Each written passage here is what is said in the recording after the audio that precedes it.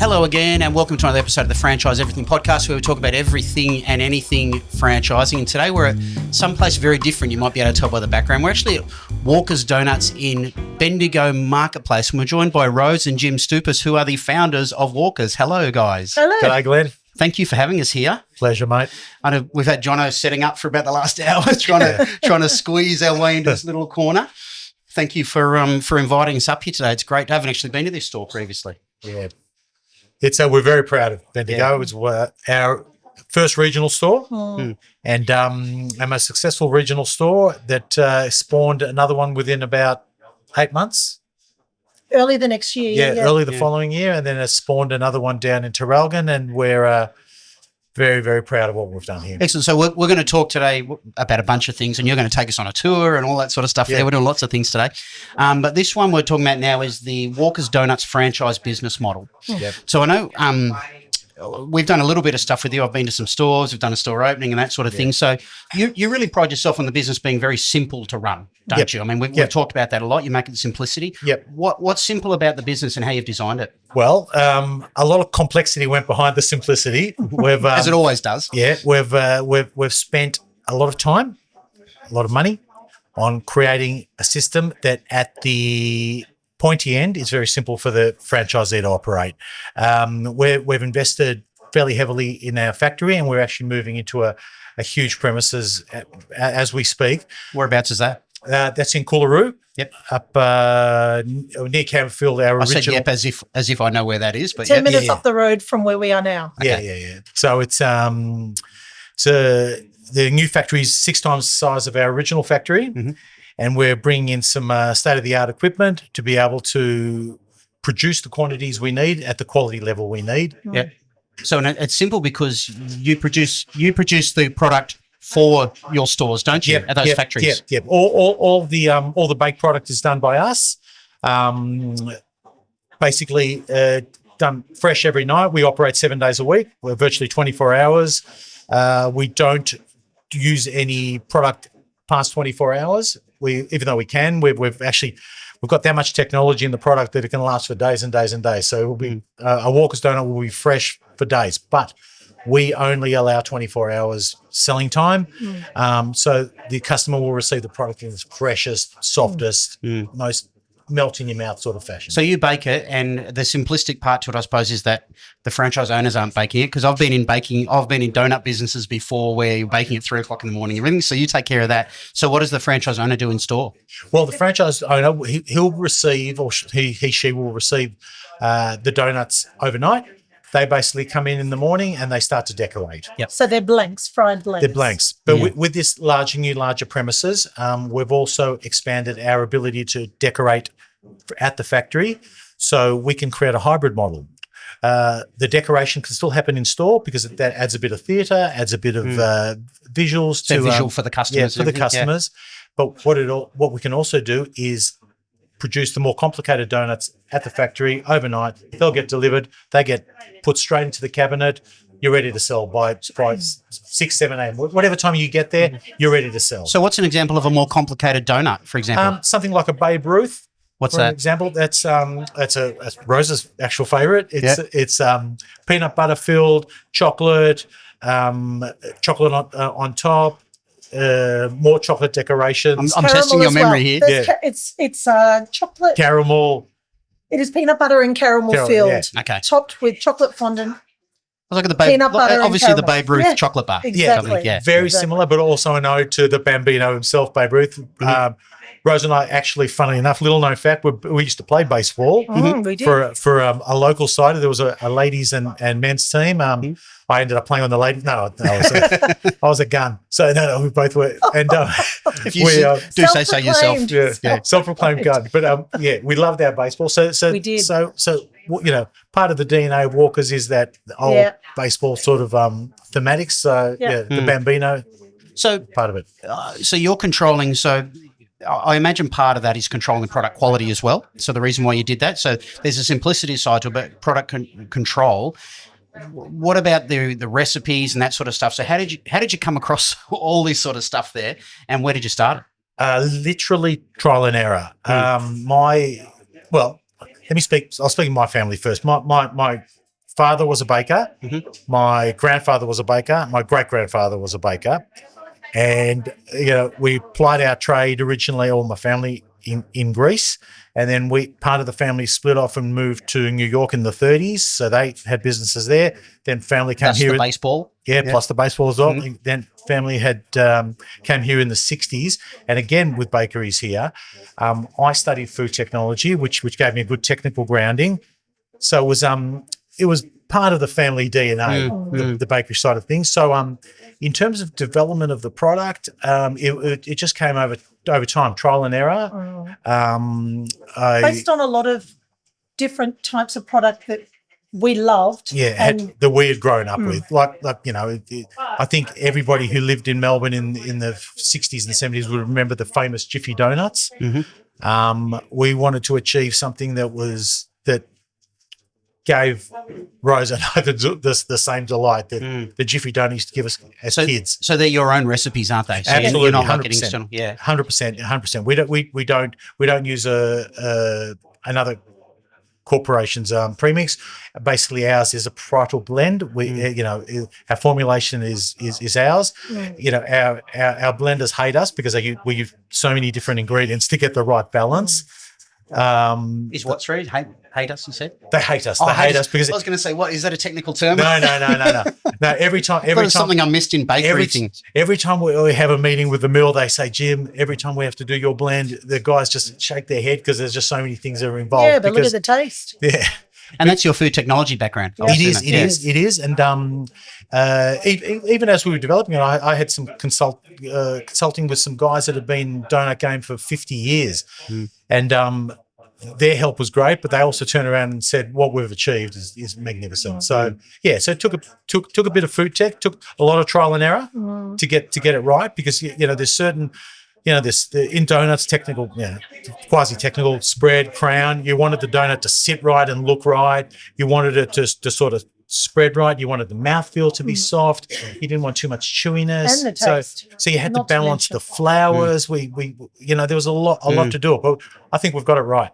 Yeah, and you've hit me with three P's. There's a lot of P's in your business, and because we've had a whole bunch of chats on the phone and everything all the time, and you're always talking about the P's. Yeah. So for those who don't know, I mean, I can't remember them actually, but can you just go through the P's for me? Well, the P's are basically the cornerstone. Because this is what you live by. We live by this. We live by product, position, and people. Mm-hmm. Right? So what do those all mean as far as the business goes? Well, product is what we look after.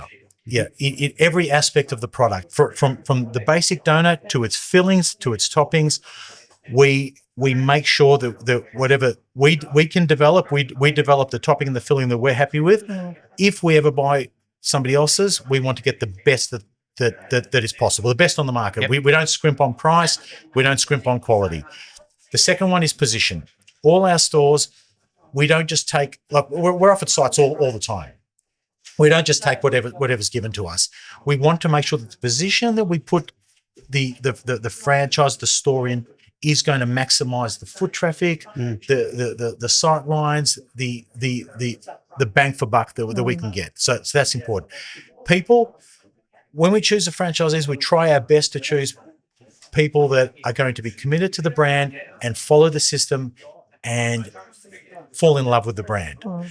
And also people that we think are going to put themselves out enough to be able to grow on what we've created. We've got some amazing franchisees. Yeah, I know. We did the opening. We filmed the opening up at Springfield recently, and a very smiling, very happy franchisee greeting people out there, waving, saying hi to kids. They're fantastic. Well, really proud of Percussion Roma. I had more dealings with Prakash coming into it, but mate, he had a billion questions. Yep. But It's good. hats off to him in how they've started the business. They've started with so much responsibility. And I will mention another franchisee up in Queensland, Harry and Nikita. Somebody asked Harry a question about something, if sales were to go down, what do you want Walkers to do? And he goes, well, it's not really Walkers. It's my responsibility to grow my business. And I love that attitude. Our support is total, 24/7. Yep. But the people part, going back to what we said earlier, is critical in that they're the ones that know that they've got the responsibility to grow it. the people that we put into our business can either make it or break it. So you mentioned brand a few times there. So this is where I'm going to make you talk, Rose. So it's your turn. You're looking at me. The brand. Ask so away. this is it's an iconic looking brand. I think. I mean, there's a lot of brands around the marketplace, and I think this brand, absolutely pops when you see it around the place. I really think it is. So it's a unique brand.